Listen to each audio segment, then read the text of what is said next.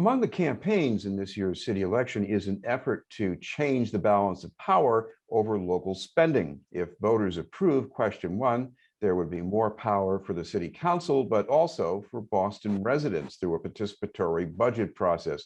To tell us how it might work is one of the measure's supporters, the executive director of Right to the City Boston, Andres del Castillo. Thank you very much for being with us, Andres. No, thank you for having us. It's a really important topic. Andres, city budget, it sounds like a very wonkish kind of topic, but we have what's known as a strong mayor form of government, and it goes back to the days when I think the Brahmins were afraid that Irish Americans would bankrupt the city. So what about the support for this measure? I mean, where does it come from exactly?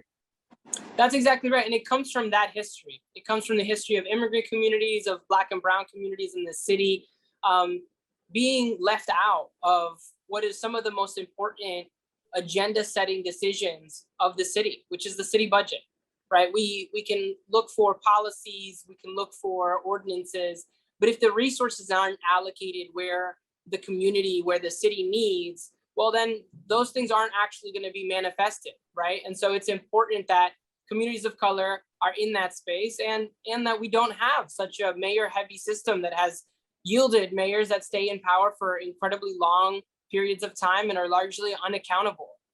So we have to be able to deconstruct some of this. We are at a historic moment in Boston. Communities of color, working class communities in the city have been organizing for a long time, and we've achieved having a city council and now an acting mayor who have passed the ordinance for this to be possible and have signed it. So now the only piece that is left is for voters to decide on November 2nd. Well, looking at more recent history in Boston, there are cases where councilors and even community leaders have asserted themselves on budget questions, and mayors have made some changes.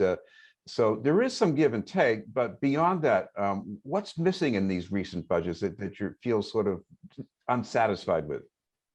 Well, we've been able to see over the past couple of years that yes, there is a little bit of give and take in terms of feeling the pressure of public narrative, et cetera. But city councilors can't actually or don't actually feel empowered to object, because should the council not approve the mayor's budget, it just goes to last year's budget. So if, as we are right now, if there are significant areas that are underfunded or lacking the appropriate investment from the city in other ways, well, if the city council were to object on those grounds, it would just go to last year's budget and we would still be in the same circumstance. So there's no real change mechanism, and that leaves largely the power at the hands of the executive office, in this case, the mayor's office. Now, this isn't something that's true on the state or federal level. This is only something we deal with on the city level, right? On the state level, we have our legislature, which on the local level would resemble our city council, create a budget, move it, and work with the governor to pass it. Similar on the federal level, but we don't do that on the local level, which produces a very mayor-heavy process and doesn't really yield to adequate representation. How would question one change the leverage for the council exactly? Well, the council would have the opportunity to actually create and originate their own budget and propose it in conjunction with the mayor, who would propose their budget. And so similar, as I was just referencing to state, they would then have to work together to kind of marry the two. And that would allow for a real clear budget position of where the council is, not just on one issue or haggling over, but an overall picture of where our councilors are versus where our mayoral seat is, and then the work of marrying that together. And that's, all of this is not to mention the participatory budgeting process that would be opened up through this. I do want to ask you about that process, because the way things have been all these years, certainly in recent years, is that the city council would hold a huge number of budget hearings that maybe very few people would go to. So how would this participatory process change that? Well, we're seeing cities across the country, actually one very nearby, Cambridge, using participatory budgeting models. This would allow for that model to exist in Boston. It would not define it. So there would be subsequent processes to actually define this, should it pass November 2nd ballot. But the idea is, should it pass, that we create a process as a city where a certain subset of funds, even even exploratory, are given to a participatory budgeting process, and that we invest as a city in a real democratic, deep democratic process in our neighborhood. So we, for example, at Right to the City Boston have been in partnership with partners across the city to do this People's Assemblies process, where we brought hundreds of residents from across the city, from every neighborhood, in 6 languages, from every generation, and multiple backgrounds, ethnically, culturally, together to really set the tone and an agenda for the city. It would be amazing to see the city mirror such a process and allow residents to really come together and allocate funds as it relates to our participatory budgeting fund, allocate resources as it relates to that fund and the resources that the city decides to allocate to that fund. I want to ask you about how this would affect spending on the Boston Public Schools, because in recent years, city councilors have tried to meddle with that in a very good way sometimes. But on the other hand, there's this uncertainty about what the school committee governance is going to be like in the future. And if the city council has more power to amend whatever comes out of the school committee and the mayor's office, what does that mean exactly? I mean, once again, it's going to allow for the priorities that the council agrees on to really be manifested in the council's offer, right? The council's budget proposal. And so that is an opportunity for the council to say, okay, well, we understand that your department heads for the mayor are arguing and asserting that each department needs this amount of funds, but we are experiencing this in our districts, and really being able to ground what the needs of the districts are as it pertains to education and any other issue for that matter. So we see it as an opportunity to have a more adequate representation of where needs actually are in our community. Well, speaking of needs, Andres, you have a long history as an advocate for affordable housing in Boston. What do you think this new kind of budget process would do about that?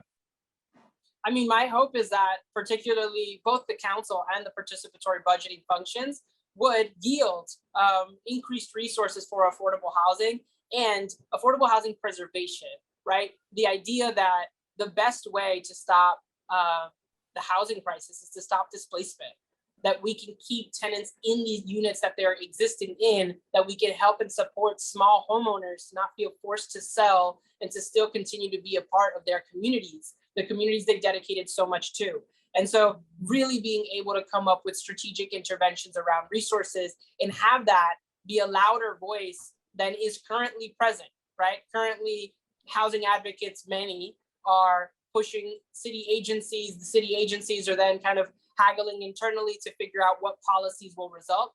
This allows the council much more presence in being able to set tone around what we are resourcing, and therefore which policies actually will have enforcement behind them. Well, it's often said that the downside of having our strong mayor form of government is that sometimes mayors do have too much power and they're not as upfront enough about what they're doing all the time. But on the other hand, what about the argument that giving the council or local residents more say over the budget could create and end up with more confusion or even more, I guess, financial instability, as the Boston Municipal Research Bureau warns us? What about those thoughts? I find those particular critiques really interesting because those same voices were saying that the Community Preservation Act funds would create that same chaos and instability. And here we are years after the Community Preservation Act was enacted and was able to be implemented in Boston, and I don't see any chaos. I don't know if you've experienced any budgetary chaos, but we see the regular haggling and negotiating that happens, but no chaos, right? And so I take it with a grain of salt. I take that critique with a grain of salt. I think we elect our elected officials to govern, and the notion that the people we elect to govern can't govern just falls to me on a bit of deaf ears. One other question here, and it's not just strictly about the budget, but I think more so about the participatory process, changing the chemistry of political engagement in Boston, especially who it is that wants to be engaged. How do you see this having an effect? Can you elaborate a little bit on that question? In other words, when you have a participatory process, people have another reason to be engaged, another reason to feel that they have some power. That's correct. And that's exactly what we want to engage. Our communities are often brought into the political process, if they're brought in, are often brought in as it pertains to one election cycle, right? And so it's just go out to vote November X, right? Depending on the year. But true civic engagement processes should be much deeper than that. And you see this in some communities that have active resident associations, neighborhood meetings. We should be deepening the opportunities and expanding the opportunities for deep civic engagement in our city, right? And allowing residents to really feel part of the governing process, to not make it some abstract thing. I vote and then I hope. I vote and then I hope. And oftentimes in our communities, that hope really feels broken down because the results don't come in, or if they come in, they don't come near fast enough, right? We decide we're going to put resources into building affordable housing, but that does nothing for the voter today that is being displaced now. And so it starts to really, in our communities, lose a lot of hope over how institutions function, how government actually functions, and whether or not it is representative. This is why it is so critical to deepen democracy, to really democratize how we govern. And this is a critical part of how we can do that in Boston. Thank you very much for taking the time to be with us. No, thank you for having us. In support of question 1, that was Andres del Castillo from Right to the City, Boston. We'll have more news in just a moment.